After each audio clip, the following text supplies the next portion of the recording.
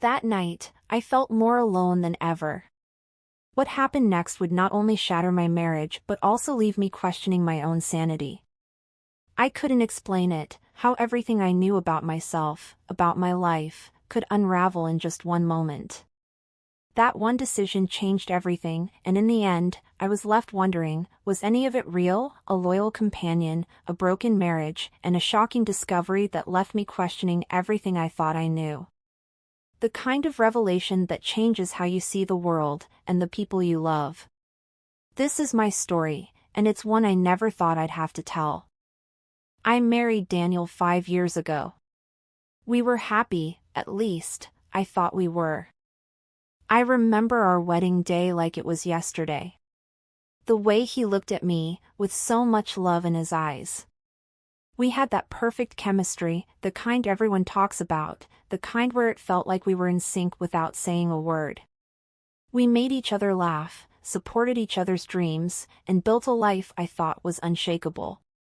It was the kind of love that felt solid, as if nothing could break it down. Then came Bruno. Our adorable golden retriever. Daniel had been wanting a dog for months, and one day, without warning, he came home with this bundle of energy, wagging his tail and giving us those puppy eyes. Bruno wasn't just any dog, he quickly became the heart of our home. His fur was soft, his eyes full of warmth, and his presence filled the house with a sense of comfort I never knew I needed. We spent so many mornings together, Daniel and I, sipping coffee while Bruno bounced around the living room, always ready for an adventure.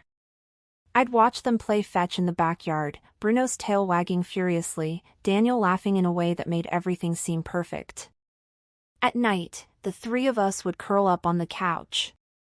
Bruno would settle at our feet, his head resting on the pillows, looking up at us with those trusting eyes. I remember those days so clearly. It felt like a picture-perfect life, one that I thought would last forever. But sometimes, life has a way of shifting, changing in ways you never see coming, and it wasn't long before I realized that the foundation of my perfect life was starting to crack. As time passed, Daniel and I started drifting apart. It wasn't something that happened overnight, but gradually, the cracks began to show. At first, it was just the late nights at work, one or two here and there, nothing that seemed too alarming. But then those nights stretched into weeks, and soon, it felt like his work had become more important than being with me. When he did come home, I could tell he was exhausted, his mind still tangled up in whatever he had been dealing with at the office. We'd share a quick kiss, but there was no warmth in it, no connection. The small gestures we once had, holding hands, making each other laugh, seemed to vanish without a trace.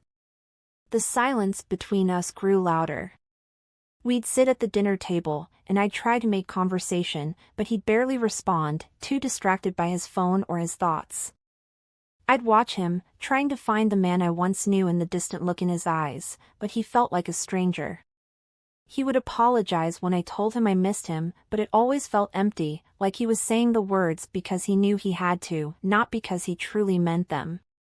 It wasn't long before the silence became unbearable. The house, which used to be filled with the sound of our laughter, now felt hollow. Even the walls seemed to whisper the things we weren't saying to each other.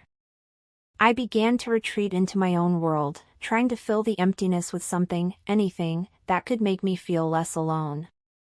And that's when Bruno stepped in. He was always there, his presence comforting in a way I hadn't expected. I could feel his warm body next to mine as I curled up on the couch, his head resting gently on my lap. I'd absent-mindedly run my fingers through his fur, and for a moment, I didn't feel so invisible. It sounds silly. But sometimes, it felt like Bruno understood me better than Daniel did. He didn't need words to know I was hurting. Bruno would simply nudge his nose into my hand, offering the kind of quiet companionship I hadn't realized I'd been craving. I would take him for long walks, talking to him about things I couldn't bring myself to say to Daniel. There were nights when I would lie awake, staring at the ceiling, feeling the distance between us grow wider, wishing things were different, but unsure of how to fix it. Bruno seemed to sense it all, his quiet loyalty a stark contrast to the growing distance in my marriage. And in a strange way, I started to rely on him more than I relied on Daniel. Bruno was the one who comforted me when I cried, the one who stayed with me when I felt utterly alone. It wasn't the life I had imagined when we first married, but at that moment, it was all I had left. That night, Daniel was working late again. The house felt empty, hollow even. The usual warmth and energy that had once filled our home was gone, replaced by an eerie quiet that I couldn't shake. The ticking of the clock on the wall seemed louder than usual, marking the time in a way that made each second feel like an eternity. I sat on the couch, staring out the window at the rain falling in sheets, my mind heavy with thoughts I couldn't seem to push away. Bruno, sensing my unease, jumped up beside me. He always knew when I needed him most. His golden fur brushed against my legs as he settled beside me, and I absently ran my fingers through his soft coat, seeking some kind of comfort. It wasn't much, but at least I had him. At least someone seemed to care. In the stillness of the room, with the rain tapping against the window and the fire crackling softly in the corner, Bruno's steady presence was the only thing that felt familiar.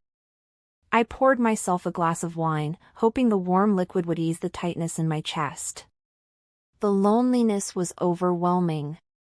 It felt like it had become a permanent part of me, lingering even when I was surrounded by people. And that night, as the wine began to take the edge off my mind, I sank further into that quiet despair. Maybe it was the wine, maybe it was the loneliness, or maybe it was the weight of everything I had been holding in for so long. But at that moment, I couldn't seem to stop myself from drifting further away from reality. The room felt like it was closing in on me. My thoughts were fuzzy, and the pain I'd been trying to ignore seemed louder than ever.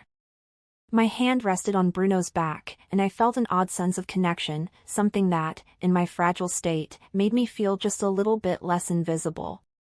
What happened next? I can't fully explain.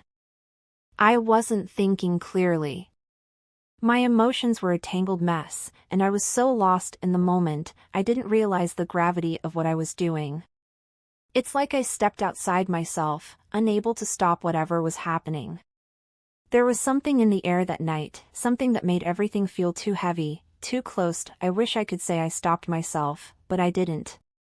I let things unfold, letting the confusion and the need for connection take over. And in that moment, I forgot about everything else.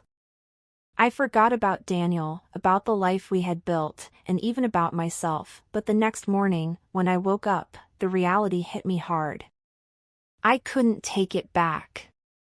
And what followed would change everything. The days following that night blurred together. At first, I thought it was just stress. After all, Daniel had been working late for weeks, and the tension between us felt like a constant weight. The loneliness I felt every day only seemed to grow stronger, but I figured it was just my mind playing tricks on me, a byproduct of my emotional state. But soon, the symptoms couldn't be ignored. It started with the nausea, a dull ache in the pit of my stomach every morning that made it hard to get out of bed. I tried to brush it off, telling myself it was just a passing bug, but then came the fatigue. It wasn't the kind of tired you feel after a long day, it was deeper, the kind that made it hard to even make it through the afternoon without feeling like I might collapse. My body felt heavy, and no matter how much I slept, I could never quite shake the exhaustion. And then there was the strange sensation, a tightness in my chest, a heaviness that seemed to hang over me like a cloud. I couldn't put it into words, but it was like my body was trying to tell me something that my mind was too scared to face. Every time I went into the bathroom, the mirror seemed to reflect a version of myself that didn't make sense.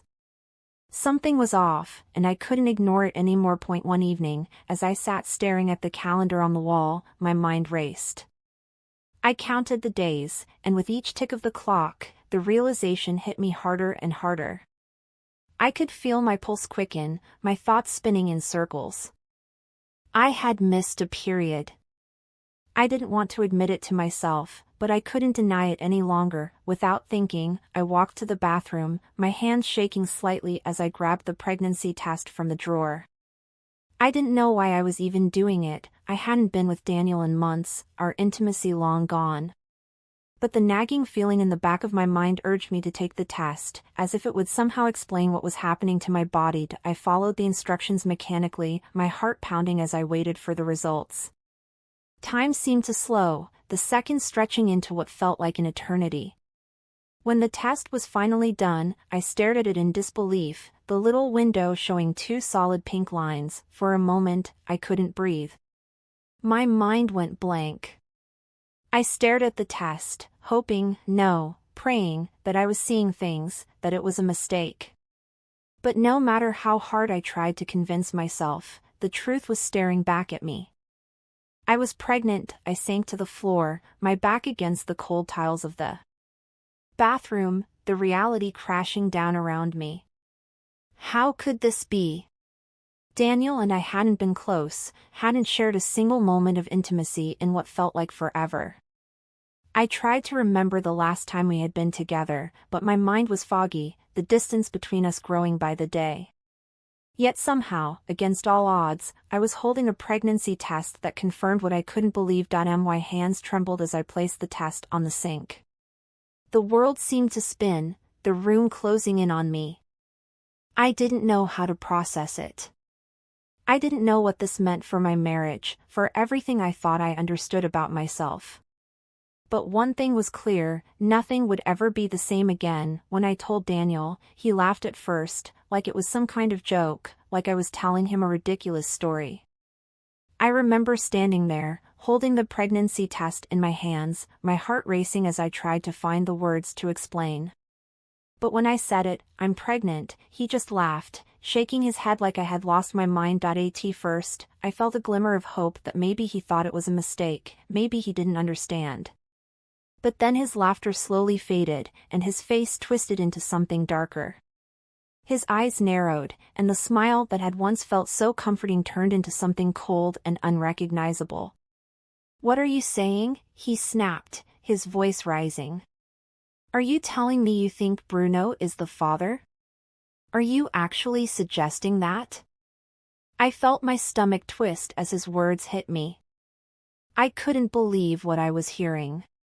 The man I had married, the man I trusted, was looking at me like I was the one who had betrayed him, like I was some kind of madwoman. His eyes were filled with rage, and the room seemed to close in on me.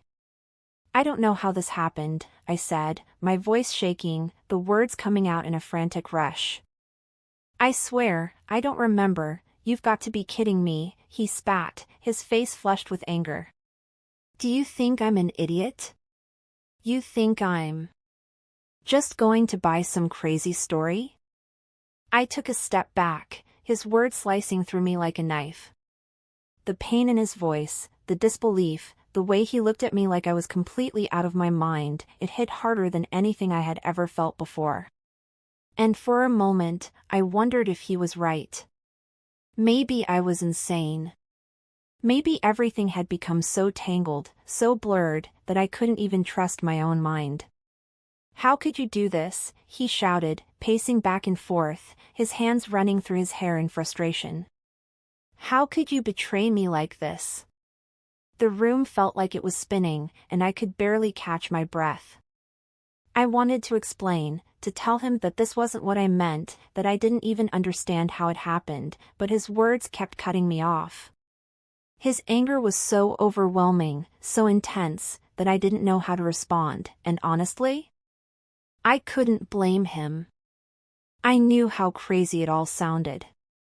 How could I expect him to believe me when I couldn't even explain it myself? How could I expect him to trust me when everything about this situation was so unbelievable? I wanted to tell him everything about that night, about the confusion, about the way I had felt, but I didn't know how to make sense of it. How could I explain something I didn't fully understand myself? I needed answers. I couldn't carry this weight any longer, not without knowing the truth. I went to the doctor, terrified of what they'd say, unsure if I was even ready to hear it. Sitting in that sterile waiting room, I tried to steady my breath, my mind racing with possibilities, all the while fearing the worst. When I finally saw the doctor, I poured my heart out, telling her everything, about the pregnancy, about the accusations, and about the loneliness I'd felt. She listened carefully, reassured me that it was impossible for the pregnancy to be anything other than what it appeared to be. But something in her words gave me a sliver of hope. There had to be another explanation. I clung to that, grasping at the idea that this wasn't what I thought it was, but as I sat there, waiting for the final confirmation, I realized something.